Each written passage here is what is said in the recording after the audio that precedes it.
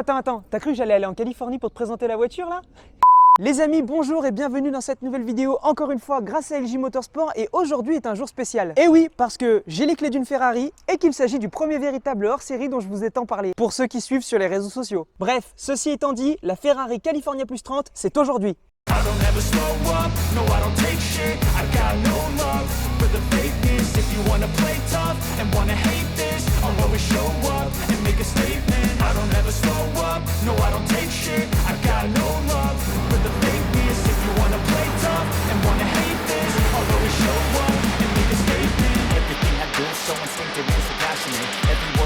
So descriptive like an adjective. I got a vendetta against people who patented being negative when you should be getting after it.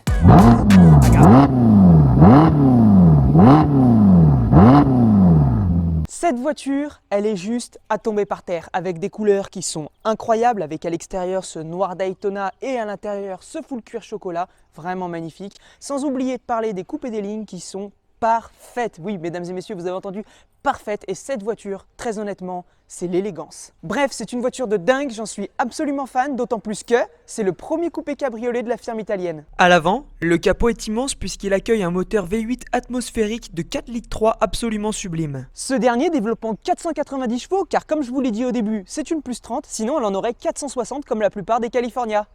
Après, si on s'attarde un peu sur les détails, on remarque un bouclier avant très beau avec une petite prise d'air sur le capot afin de refroidir le moteur. Sur les côtés, des détails qui font tout et surtout, ça là les amis, ce logo Ferrari. Les écussons Scuderia Ferrari, les petites ouïes latérales, le logo Ferrari sur les valves des pneus et surtout les jantes diamant 20 pouces chaussant des freins céramiques avec étrier jaune. Si on passe à l'arrière, on a les phares ronds à l'image de la Ferrari F430, le cheval cabré de Ferrari, l'inscription Ferrari et surtout, regardez-moi cette beauté des plus somptueuses. Un échappement télécommandé à valve Capristo qui offre une sonorité inoubliable, bien que le V8 Ferrari le soit déjà. Ah, on me dit dans l'oreillette que vous êtes impatient de l'écouter?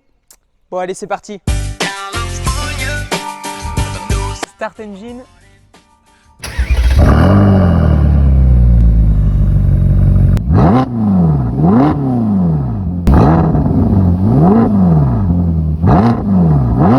Bon allez, on va pas se le cacher, bienvenue à l'intérieur d'un avion de chasse. À l'intérieur, l'habitacle est typiquement signé Ferrari avec sur le volant, le bouton Start Engine, j'adore, ou encore le magnétino permettant la gestion électronique de l'ensemble moteur, suspension et aide à la conduite. Sans oublier plein de détails tels que l'inscription California côté passager. Les sièges sont également sublimes. En plus, on est bien assis. Après, au niveau de la console centrale, la gestion de la transmission est assez simple, avec le launch control, le passage de la boîte 7 rapports en automatique, la marche arrière, les vitres électriques ou encore l'ouverture du hardtop. Et attention, cette opération ne se réalise qu'à l'arrêt.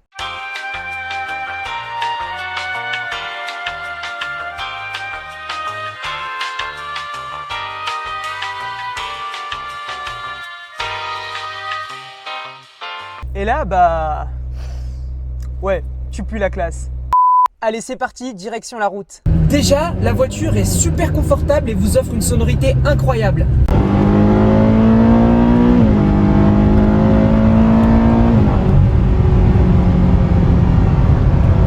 La direction est super souple, bref, la maniabilité, c'est 10 sur 10.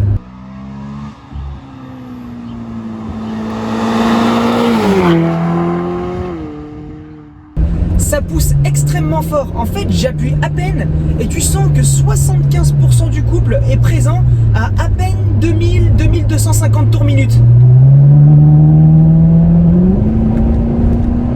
C'est impressionnant, c'est absolument fou, surtout que c'est une propulsion de 490 chevaux avec un moteur à l'avant.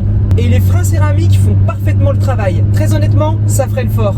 Cependant, et c'est là que je vais être critique, il faut bien savoir que c'est une voiture qui est faite pour cruiser.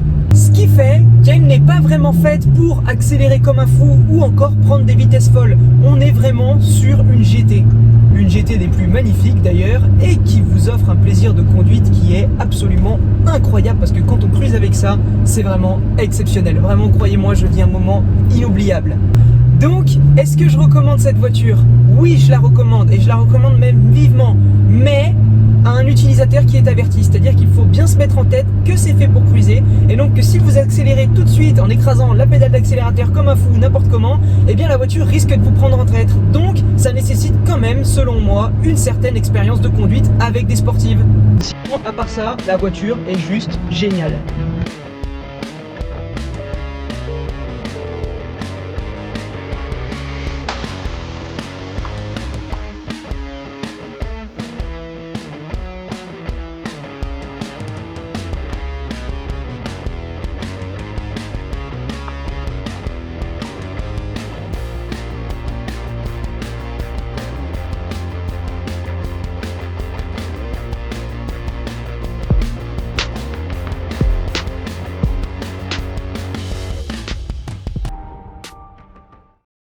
Ah là là, c'est quand même un kiff énorme de conduire une Ferrari. C'est pour ça que je retourne en profiter et on se dit à très vite dans une prochaine vidéo. Ciao!